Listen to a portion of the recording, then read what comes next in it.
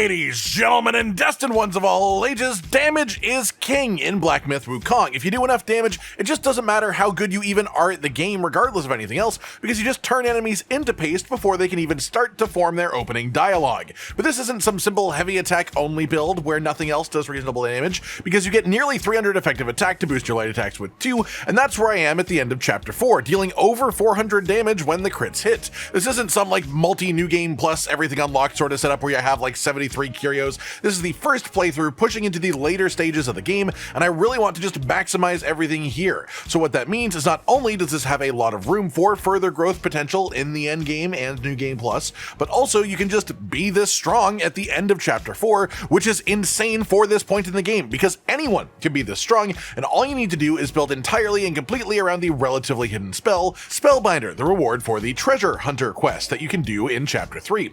This uses all of your mana and funnels it directly into bonus attack, as well as bonus crit, among other things, with full skill tree upgrades as well.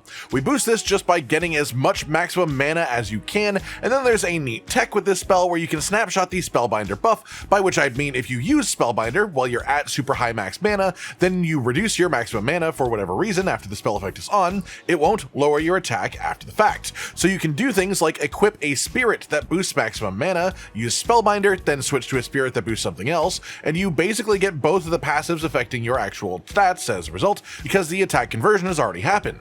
You can do the same thing with curios as well, or even consumables that boost your maximum mana if you really want to dive that far into it. Then we take this even further, as if we aren't using any spells anyways, we may as well go full hard into all sources of attack damage increase that we can, including an armor set that provides a general combat multiplier bonus, which is the Centipede armor. This boosts your attack by 20% while you're poisoned. This stacked with everything else is what gets our numbers to be so high. Combine the attack with the fact that we have around 25% crit chance while in active combat and 190% crit damage without any consumables, and the beauty is that no matter which staff stance is your preferred one to use, you will do plenty of damage in this setup. That said, let's go over your equipment and how to get it, the skill tree and relics that we use, as well as just some tips on how to play the build too.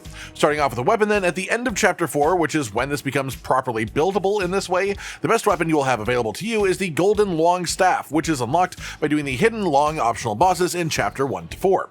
This boosts pillar stance damage and adds an extra thunder damage effect when using high focus point pillar stance heavies. So this does change how I play a little bit in my footage, but honestly you can just build this around whatever weapon has the highest attack and crit chance combo at your stage of the game. If it's one that's not this, if you're further in than me, then you should use that instead. Work this out though by calculating effective attack. For example, without consumables, I am at 247 attack, 22% crit, and 190% crit damage. That means that I have a 22% chance to do 90% bonus damage on a hit when it triggers, which on average throughout a fight will be just under a 20% damage increase from not having any crit at all. If we increase our 247 attack number by 20%, then we get 295.9, and that would be your effective attack. And it's worth mentioning too that we do actually gain extra attack and crit chance from stuff that happens in combat, so that's a big deal in itself. Staffs that have crit chance though can change the value of crit in general, so it's not worth writing off a staff just based on the attack number itself. You do have to think about how the crit chance would affect your setup as well. Past that then we have our vessel, and you want the Weaver's Needle as soon as you have it. This comes from the final boss of the secret area within Chapter 4, and this is really important as it just passively boosts both crit chance and crit damage, which is fantastic for a setup too. Until then, just use the best one that you have, but this one is ideal. Then for your spirits, we actually have two, as I mentioned earlier. The first one is the Gore-Eye Taoist. This comes from a boss just a short walk away from the Windseal Gate Shrine near the end of Chapter 2, just literally right up the hill from here. We have this because the passive effect increases your maximum mana. It's plus 10 at a base, but increased to plus 15 when fully upgraded. We equip this, we use Spellbinder with it on to snapshot the mana conversion into attack, then we change the spirit into the Non-Able, which comes from the optional boss of the same name in Chapter 3, right up the hill beside the Brook of Bliss Shrine. This spirit's passive effect is bonus attack, crit chance, and crit damage at the cost of lowering your maximum mana by a significant amount. Again though, maximum mana changes will not affect us after we've used Spellbinder, so this actually means that there's basically no negative to using this and a lot of positive instead. At full upgrades, this passive gives you 10 attack, 3% crit chance, and 6% crit damage, which is an incredible amount of value for the slot, really. Moving on then to the armor, this is just a full 4 set, the Centipede set, and this comes from defeating the final boss of Chapter 4, and this is the main reason that the earliest that I would recommend picking up this build is at the end of Chapter 4. However, you can do just general Spellbinder setups before this for things like the final boss of Chapter 3 if you are otherwise struggling there, but the end of Chapter 4 is where I'm at progression-wise, and that's what I'm using at this point in all all of the footage. The step bonus then also reduces the damage that you take from being poisoned, but the main thing here is that it increases your attack by 20% while you're poisoned, which is actually an extremely hefty multiplier for something that you can just have passively apply to all of your attacks once you've activated, especially because we can activate this ourselves constantly.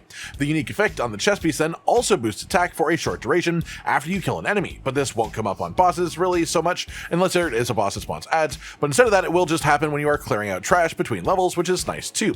Then we have our curios, and the first is actually not one that I have equipped currently because it's the Thunder Flame Seal. This comes from the sort of Thunder Monk enemies as an RNG drop chance. These are far more farmable in Chapter 5, I hear from other people who are ahead of me, but there are some in New Thunderclap Temple in Chapter 3 that you can kill, which is where I've gotten mine from. This increases your maximum mana by 30, which is honestly a staggering amount considering the most max mana increases are much less than that. So again, we equip this before we use Spellbinder, then we use Spellbinder once it's active for the full advantage. Then we take off the curio after. So essentially, this gives us the equivalent of a bonus curio slot of value. The three that we actually have equipped then in combat are the Cat Eye Beads for a 3% bonus to crit chance. This comes from the Wandering Wight in Chapter 1. We also use the Beast Buddha curio. This is another RNG drop chance item, this time from the dual blade wielding monk enemies, the easiest one to farm being right to the left of the Towers of Karma shrine in Chapter 3. This item is worth 9% crit damage, so it's pretty damn solid for sure. Then for our third curio slot, we have the Tiger Tally curio. This comes from the first boss of the Chapter 2 secret area, so it's pretty unmissable as long as you get to that area. This item gives you an increase to your attack stat after successive light attack combo hits, so basically the more you use your light attack combo and it hits an enemy, the stronger your combo will get, as well as any other attacks within that timing window. After that we have our gourd, and for pure damage you would actually want to go with the Plague Bane gourd if you really want to. This halves the healing that you get, but it gives you an attack boost for a short duration after you drink. However, I think since we are both playing in Spellbinder specifically, which removes the comfort factor of having spells, and also poisoning ourselves purposefully, for most general use situations, the gourd here is overkill on the build. If you'd want it anyway, it comes from the Mad Tiger optional boss in Chapter 2. Instead, generally I'd recommend the Stained Jade gourd, which makes you drink faster, which is a big quality of life improvement, and this comes from the Scorpion Lord boss fight in the secret area of Chapter 4. For our drink, I don't actually have one yet myself that is particularly synergistic personally, but for the soaks you absolutely need to have Death Stinger. This comes from the blue flaming scorpion enemy in the little village a short walk from the Verdure Bridge shrine in Chapter 4.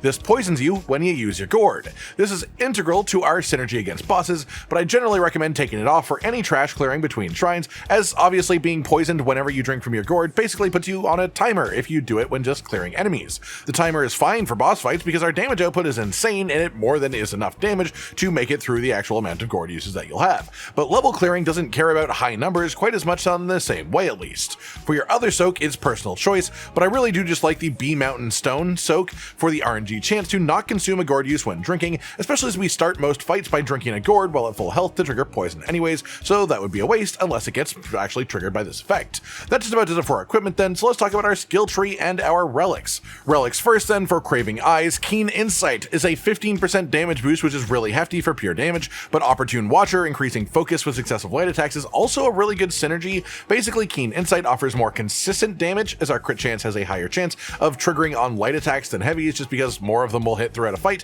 whereas Opportune Watcher just creates more opportunities to use heavy attacks. I would say which one is best is situational really, depending on a boss's moveset, so just sort of adjust it as you feel you need to while you're fighting. But I really like running crit damage on this personally. For Fuming Ears, the only one that actually really helps us here is Whistling Wind, which gives you an attack increase after perfect dodge, and this also synergizes with our next choice in Hubris Nose, which extends the dodge invincibility duration. Not only is this the only one here that actually affects us really, but increased dodge iframes is really helpful in a full Spellbinder build where dodging becomes your best friend really. Past that then, the other relics, nothing really synergizes with further parts of our build. For your skill tree then, the actual required things to make this do what it does, of course, are just the full Spellbinder tree essentially. All of this is really good, and because we're taking Spellbinder, you don't have to put any points in any other spells anyways, so we just take all the points here because it either is good in itself or it leads to something really good further on in the tree, like for example a massive increase to your crit chance when it's activated, which is important because obviously you're not really going to need to use Spellbinder in combat. You use it when you first spawn, so the depletion of stamina isn't even actually a negative. Then in staff stances, basically you just want to actually maximize whichever of the stances that you prefer. Personally, I especially love Thrust Stance with Spellbinder as the bonus comfort of Tactical Retreat, and the heavy follow-ups for this, as when seeing through enemies especially, feels really strong when running Spellbinder especially, but notice how I do also have 1 point in Pillar Stance up here, This is just to actually let me use Pillar Stance when I have 4 focus points and I have enough time to actually do it because of the weapon that I have and the Thunder Dragon effect and damage too. This only applies if you are at my exact stage of game progress. If you're using a different weapon, it doesn't matter, but the way that I play around this is by using Thrust Stance for my general combat, including even the auto-firing 4 focus point heavy release against tougher bosses, and against anything with a reasonable opening. When I hit focus points, I instead actually swap to Pillar Stance for the heavy. Then I go back to Thrust Stance for the general combat. As well, health gained when spending focus points is honestly really great, as we are poisoning ourselves during the fight, and so the healing is nice. Increased heavy damage based on enemy health percentage is also excellent, as of course we will be using heavies for a good portion of the damage. Then in Foundation, these are the stamina and martial arts upgrade paths that I'd recommend pretty much anyone has, regardless of what their build is. This is things like let you keep your spot in the light attack combo even if you dodge in between. It increases focus gained on perfect dodges as well, which is really good. It does damage when you perfect dodge too. Then the martial arts left side tree all just increases different parts of your light attack combo, which is just sort of the bread and butter of most combat in this game in most situations, unless you're using a somewhat gimmicky build. Then in your survival tree, all I've got right here is all of the points and things that will affect your damage with this build. Full ranks of crit chance, obviously, of crit damage, 2 to use your points up more, then also attack, those are all obvious how they affect you, and then of course bonus maximum mana, because again, maximum mana converts to more attack within this build. That said, that's everything that you need to put together for the actual equipment and the skills and such. So how do we actually play the build?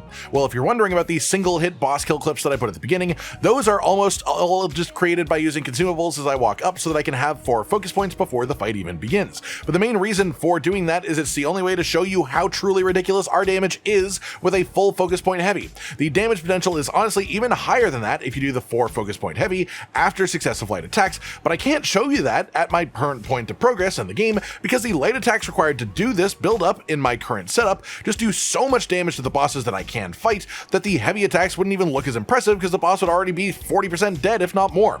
Point being, just because I showed it one-shotting with heavy attacks doesn't mean that they are the focus of the build. They are just an example of how silly the damage is in general. Use light attacks, use heavy attacks, dodge, use varied combos, just play the standard combat of the game well in whichever stance you prefer. Aside from that, the main sort of setup is change your spirit to Gorai Taoist, change your Curio to the mana increased Curio, sit and rest at a shrine to refill your mana to max, then use Spellbinder, change spirit to non-able, change Curio back away from the max mana increase 2, and then you can just start existing relatively normally past that, making sure that you drink a gourd to poison yourself before the start of any boss fight to get it off on the right foot. That just about does it for today then everyone. The self-poison Spellbinder beat-em-up build that just buffs your attack and crit to such a ridiculous degree that you do enough damage to make any boss turn to putty in your hands, and I'm already in this at the end of chapter 4. That's not even New Game Plus. This is especially powerful because there are bosses in the game that counter certain spells or are just immune to magic too, and of course none of those can stop Spellbinder doing what it does, so this is always at full potency. I hope you've all enjoyed this then, and hopefully you enjoy using this for yourself too if you try it out in game. Like if you liked the video, subscribe to the notification bell for more, and most importantly, ladies and gentlemen, until next time, stay sweet. Josh, Cotton, and Hollow with the videos, dropping the humor like a hammer on your tippy toes, bringing entertainment on a daily arrangement to take our insanity and turn it into entertainment. Yes, I said entertainment twice, to reiterate that it is nice to look into your faces on a mostly daily basis when you let us in your homes to make the whole world a stage. Goodbye.